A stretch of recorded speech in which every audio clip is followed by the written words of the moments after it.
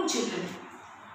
Every smile, every loving word, every kind action are the reflections of the beauty of our heart and soul.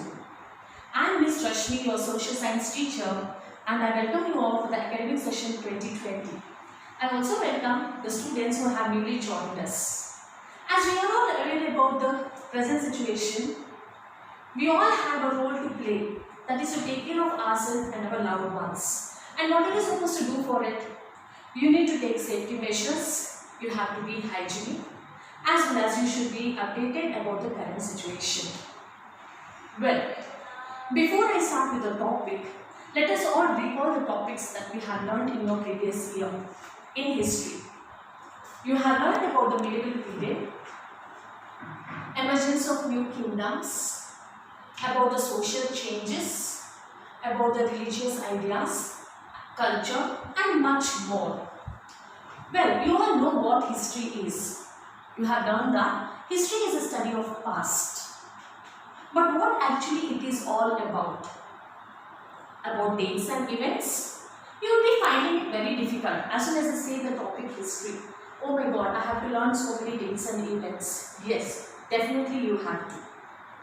You know historians. Who are these historians? Historians are the people who used to produce history to us. How? By sourcing out information through various sources. Either it could be archaeological sources like coins, monuments, or manuscripts, and so on. They all had a debate about the dates, like when was a dynasty established, who was the ruler, when was he born, when did he ascend the throne, what are his battles that he had waged, his achievements, when did he die, or who was his next successors. Well, we know that history is a study of past. It also tells us about how the things have changed from past to present. It talks to us about the time. And when I tell you about the time, it refers to before and after. Isn't it? Yes. Children, I am going to tell you about historians of our country. We have one Mr. Dr. Ramesh Chandra Majumdar, who is a famous historian, Romila Thapar, Tanika Sarkar, Upendra Singh, and you have many more. You can find it out by yourself.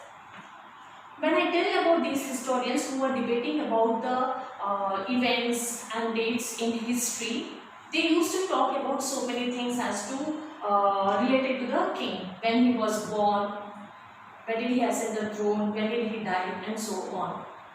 Now, there are so many things that we see around us. There are so many various activities that you do in your day-to-day life. And whatever things we have seen or we are seeing around us, we have assumed that they are there here with us, inhabited by itself. How many of you have asked any historical questions to yourself out of curiosity? For example, when you wake up in the morning, when you brush your teeth, how many of you have asked a historical question as to when was this toothbrush invented, on which day, and which day did everyone start using all of a sudden the toothbrush to brush their teeth? Or when you see someone sipping a cup of tea in a tea stall, have you ever questioned yourself, when did people all of a sudden start drinking tea one fine day? No, isn't it? These things have happened over a period of time. Now tell me, children, then why do we associate history with string of dates? Because the history that was given to us was eventually very important with dates and events. But over a period of time, what are we learning in history? We are learning various aspects as to how human beings are living their life, what did they cultivate, what did they eat, how cities have developed, about culture, about science, and so on. Then which dates are important to us? What is the criteria to know that which dates are important to us? Yes, this can be done. Dates are not important on itself, by itself. It is important because we are focusing on those days and making it as important. For example, let us take the example of historians, British historians in our country, India. It is only about the Governor Generals and Viceroys. The first Governor General of British Company was Warren Hastings, and the last Viceroy was Lord Mountbatten. We had Wellesley, Bentinck, Dalhousie, Canning, Lawrence, Lytton, Ripon, Curzon, Harding, Irwin. The historians, British historians, have given a note about the Governor Generals and Viceroys. They have focused about their achievements, what are the things that they have done. But when it comes to Indians, Indians have no place in the history of British. Why is it so? Then do you mean to say our Indian dates are no more important, or we need to have something new?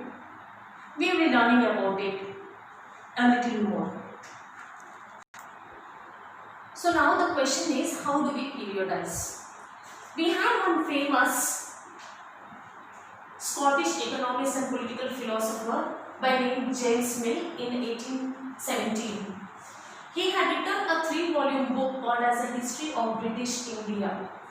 He has divided history into 3 parts, that is Hindu, Muslim and British. And it was widely accepted too. Why do we need to periodize history? There are 2 things important. One is they capture the characteristics of time and its central features as they appear to us. Mill was of the opinion that Indians are not civilized when compared to the Europeans. He felt that the Asian societies were at lower civilization when we compared to the Europeans. He felt that Indians could be civilized by adopting the European culture of art, religion, art and institutions and laws. He felt that Indians were of religious intolerance, they had caste taboos, they had superstitious beliefs, and the social life was not so important. He felt that if we adopt the culture of European manners, arts, institutions and laws, we could civilize the Indians. And he also told that Indians cannot do anything on their own without the help of the Britishers. Moving away from the British historians' classification of history, our Indian history was divided into ancient history, medieval history and modern history. This periodization of our Indian history was adopted from the West, and especially talking about the modern history, it was totally associated with the growth of all the forces of modernity, that is science, reasoning, liberty and democracy. And this period of classification of history under the Indians into ancient, medieval and modern was called as the colonial rule. Start. So now let us learn what is colonial. You all have learned that the Britishers came to our country for the purpose of trade, but they settled down here. How? There were so many crises that was going on during that period within the country itself amongst the Nawabs. What did the Britishers do? They established their rule by subjugating the local Nawabs. They used to force we Indians to cultivate the produce or crops what they wanted. They purchased the crops for lower price, the raw materials, and they converted into finished product and sold the same for higher prices. They established control over our revenue, about our goods, what they purchased for low price and sold it in the market for higher prices. Apart from that, they also brought changes in the values, in the customs, in the taste of we Indians. Subjugating one country by another leads to many changes, whether it is socially, politically or economically.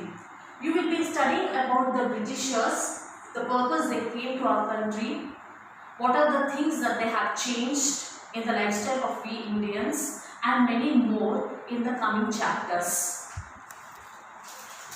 So now we will be learning about how we come to to know about our past.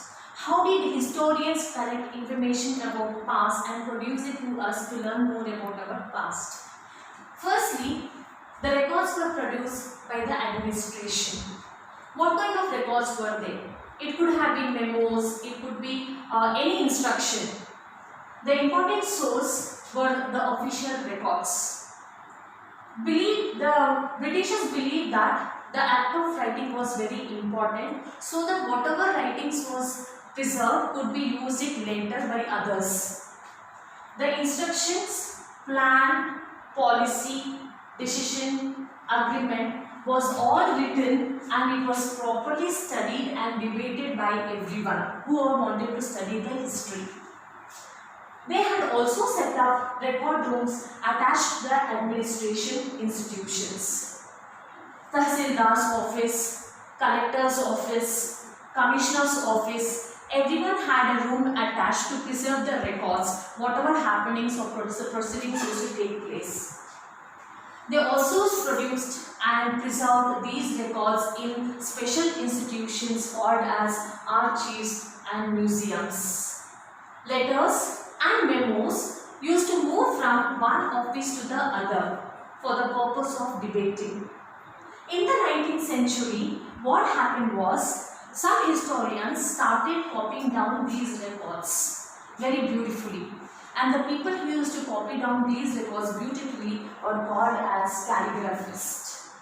With the invention of printing press, with the spread of printing, these copies could be published in large numbers and circulated in all the offices for all the people to have a check on the records that were preserved, and they could study about our ancient history. So children, I am going to stop with my explanation over here, and let us quickly recap what are the concepts that we have learned today. Initially, you all recap, the concepts that you have learned in your previous year. Apart from that, you also learn what history is and what is history all about. It is full of dates and events, and you will be asking yourself why we have to learn all these things. You also learned that dates and events associated with our ancient history was fully about when a king was born, when did he ascend the throne, which battle did he wage, when did he wage the battle, what are his achievements, when did he die, who is his next successor, and so on. You also have learned about historical questions. You all know that we do not ever ask any historical questions about the things that we see around us, isn't it? So you have learned about, whenever you are curious, you can ask yourself, isn't it? When was this invented? When did people all of a sudden start using it? Does everything have a time precisely? No. We have all developed this over a period of time. You have also learned what was past history full about and what our present history is. Our past history was completely about the dates and the events that we have already discussed, about the ruler completely. What is our present history related to? And you have been seeing that from previous year, you have been learning so many different things in history. It's not only with the dates and events. You are learning about social changes, how cities have developed, about the science and technology, how people started living their life, what kind of crops did they produce, how did they produce, and so on. You also have learned about our British historians. I gave you a list of British historians. You can also find out more historians. You also came across James Mill. Who was James Mill? He was a Scottish economist and a philosopher who had divided our Indian history into 3 periods, that is Hindu, Muslim and British, and he has written a 3-volume book which is called as a History Book of India. Now, how was the division of Indian history? You all know. And what was his opinion about we Indians? He had told that Indians are uncivilized because they have so many caste taboos, religious intolerance, superstitious beliefs and so on. So he felt that Indians need to be civilized, and this could be done by adopting European style of learning. Then you have learned about colonial. What is colonial? Britishers came to India for the purpose of trade, but they settled down here. What are the changes they have brought in our country after they settled down here? How did they start administering our country? They used to produce the crops that they wanted. They forced the Indians to produce the crops that they wanted. They started buying the raw materials for low price. They used to take it to the European countries, convert it into the finished product, and they used to bring the same products to Indian markets, and they used to sell it for higher prices. How we Indians have suffered under the British. You'll be learning about all these things in the coming chapters about the colonial rule. You also have come across the administration produces records, how the Britishers used to produce the records, how they were maintained, they were handwritten, and the historians have sourced out these written documents to produce history for us. Children, I hope you have understood the concept that we have learned today. I am going to give you 3 assignments that you are supposed to do it in a A4 size sheet. Firstly, I want all of you to write any historians, any 3 historians. Find out about any 3 historians. Secondly, any 3 historical questions of your choice. And thirdly, I want all of you all to write the Governor Generals and Viceroys in chronological order. All these things have to be done in A4 size sheet. Thank you. We will be meeting in the next session.